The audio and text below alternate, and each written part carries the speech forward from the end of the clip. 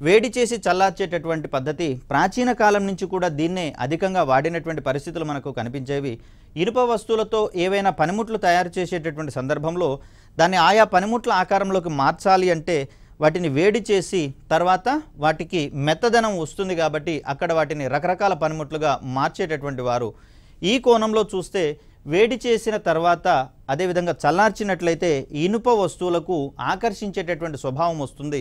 కాకపోతే ఇక్కడ మనకు ఈ ఆకర్షణ శక్తి అనేది చాలా స్వల్పంగానే ఉంటుంది కాబట్టి ఇలాంటి అయస్కాంతాలు బలహీన అయస్కాంతాలుగా మనకు పరిగణించబడడం అనేది జరుగుతుంది. సో ఇలా ఉత్తర దక్షిణ ధృవాలుగా అమర్చి వాటిని సుత్తితో కొడుతూ చల్లార్చినటువంటి సందర్భంలో భూ అయస్కాంత క్షేత్ర ప్రభావం వల్ల ఇక్కడ ఇనుప ముక్క కూడా అయస్కాంతీకరించబడుతుంది. దీన్నే మనము అయస్కాంత ప్రేరణ ధర్మంగా కూడా మనం చెప్పుకోవచ్చు. అంటే భూ అయస్కాంతం వల్ల ఇది ప్రేరేపించబడి అయస్కాంతంగా మారింది కాబట్టి అలాంటి సిచ్యువేషన్లో దాన్ని అయస్కాంత ప్రేరణగా మనం చెప్తాం.